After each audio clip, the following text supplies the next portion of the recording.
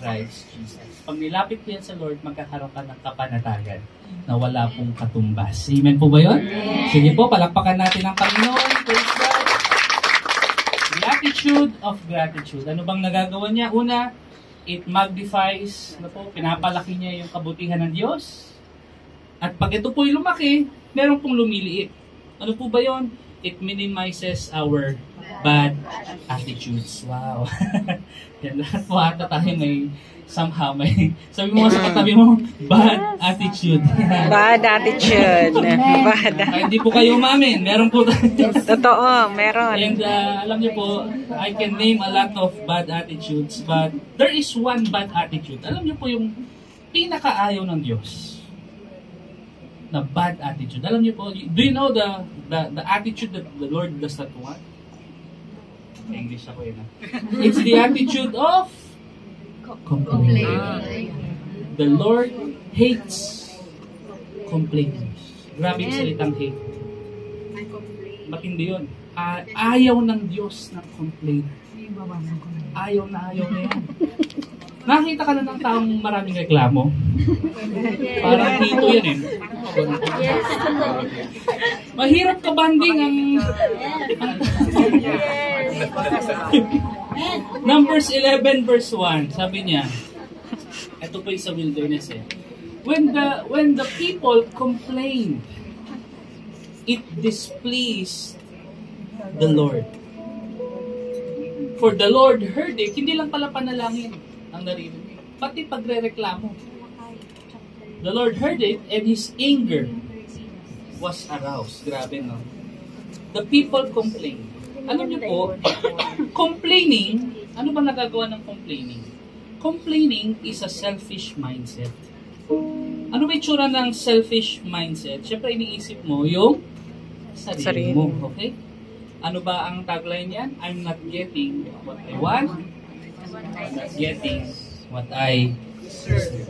Wow. Grabe, no? Lalim niyan. Complaining. Why do people complain? They complain because they are in a situation that is not enough. Siyempre naman, pag nahihirapan ka, lumalabas yung pagko-complain.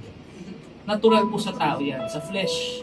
But be careful with this attitude because when we complain, it displeases the Lord. Ayaw ng Diyos. Complaining displeases, disappoints the Lord.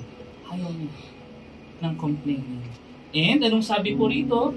His anger was aroused. Nagalit ang Diyos. At ano pang magagawa ng galit ng Diyos? In verse, Katuloy pa verse 1, sabi niya, so the fire of the Lord burned among them. Nakakatakot to. And consumed them. Wow. Complainers. Napakahirap.